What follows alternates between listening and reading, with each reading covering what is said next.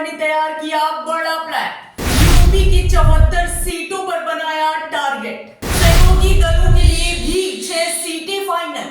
नमस्कार, आप देख रहे हैं द न्यूज वायर। मैं हूं ऋचा कमल। दोस्तों, लोकसभा चुनाव होने में बस कुछ ही दिन का समय बचा। ऐसे में सभी पार्टियां अपना पूरा दमखम दिखाने में लगी हुई हैं। वहीं मोदी सरकार के लिए 2024 का मिशन काफी अहम माना जा रहा है। वही मिशन 400 को पाने के लिए भाजपा हर मोर्चे पर विजय पताका फहराने की कोशिश में जुटी। लोकसभा चुनाव 2024 के लिए भारतीय जनता पार्टी ने उम्मीदवार चुनने की प्रक्रिया शुरू कर दी। उम्मीदवारों के चयन को लेकर बीजेपी हेडक्वार्टर में केंद्रीय चुनाव समिति की बैठक हुई। इसमें प्रधानमंत्री नरेंद्र मोदी, गृह मंत्री अमित शाह, रक्षा मंत्री राजनाथ सिंह समेत शीर्ष नेता मौजूद रहे। सूत्रों के अनुसार इसमें तय किया गया कि पीएम मोदी फिर एक बार वाराणसी से ही चुनाव लड़ेंगे। उत्तर प्रदेश में 74 सीटों पर बीजेपी लड़ेगी। सहयोगी दलों को 6 सीटें मिलेंगी। आरएलडी के लिए 2 लोकसभा सीटें, अपना दल के लिए 2 लोकसभा सीटें, सुभाषपा और निषाद पार्टी के लिए एक लोकसभा सीटें बीजेपी छोड़ेगी। बृहस्पतिवार रात वाराणसी सहित करीब 50 लोकसभा सीटों पर बीजेपी ने उम्मीदवार तय कर दिए। सूत्रों का कहना है कि पंजाब, आंध्र प्रदेश, तमिलनाडु राज्यों में उम्मीदवारों का फैसला अभी होल्ड कर दिया गया।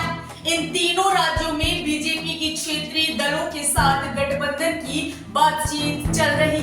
पंजाब में बीजेपी अकाली दल, आंध्र प्रदेश में टीडीपी और जनसेना के साथ बात कर रही, जबकि तमिलनाडु में एआईएडीएमके के साथ बातचीत जारी है। सूत्रों के मुताबिक बीजेपी 10 मार्च से पहले 300 सीटों के लिए उम्मीदवारों की घोषणा कर सकती। बीजेपी 1 या 2 मार्च को उम्मीदवारों की पहली लिस्ट जारी कर सकती है। पिछले आम चुनाव 2019 के दौरान भी यही गेम प्लान था।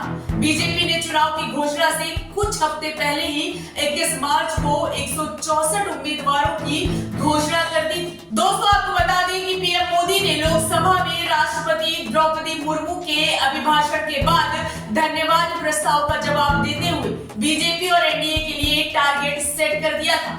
पीएम मोदी ने कहा था, देश का माहौल बता रहा है कि अब की बार 400 पार। अकेले बीजेपी 370 सीटें जीतेगी। एनडीए को मिलाकर आंकड़ा 400 पार हो जाएगा।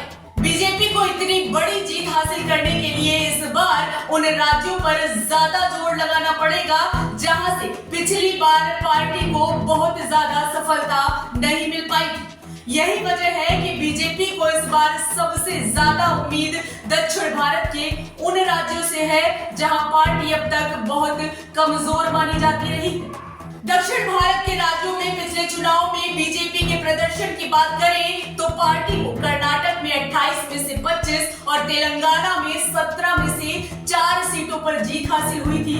लेकिन आंध्र प्रदेश, तमिलनाडु और केरल में बीजेपी का खाता तक नहीं खुला था। आंध्र प्रदेश, तेलंगाना, तमिलनाडु और केरल में कुल मिलाकर लोकसभा की 101 सीटें आती हैं।